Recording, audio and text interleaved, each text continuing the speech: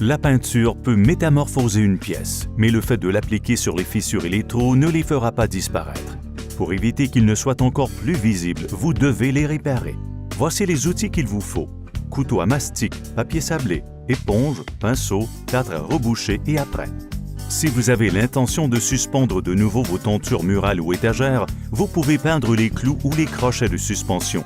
Si toutefois vous voulez les déplacer ou les enlever, vous devez boucher les trous. Pour réparer les petits trous et fissures, vous devez les agrandir avec un couteau tout usage ou à mastic en créant une tranchée un peu plus profonde et plus large et éliminer la matière non adhérente.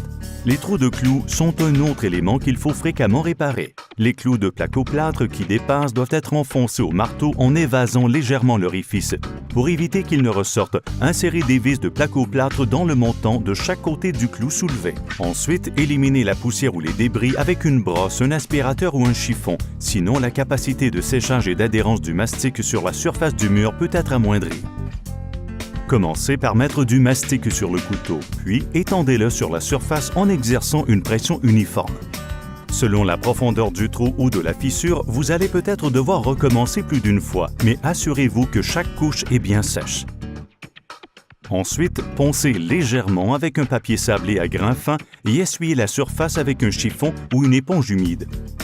Appliquez un apprêt de bonne qualité, par exemple ceux de la gamme avant-première de Benjamin Moore sur les surfaces réparées afin de sceller le mastic et éviter qu'il n'absorbe la peinture. Pour plus d'informations sur la façon de réparer les fissures et d'apprêter, allez voir votre détaillant Benjamin Moore ou accédez au site benjaminmoore.ca.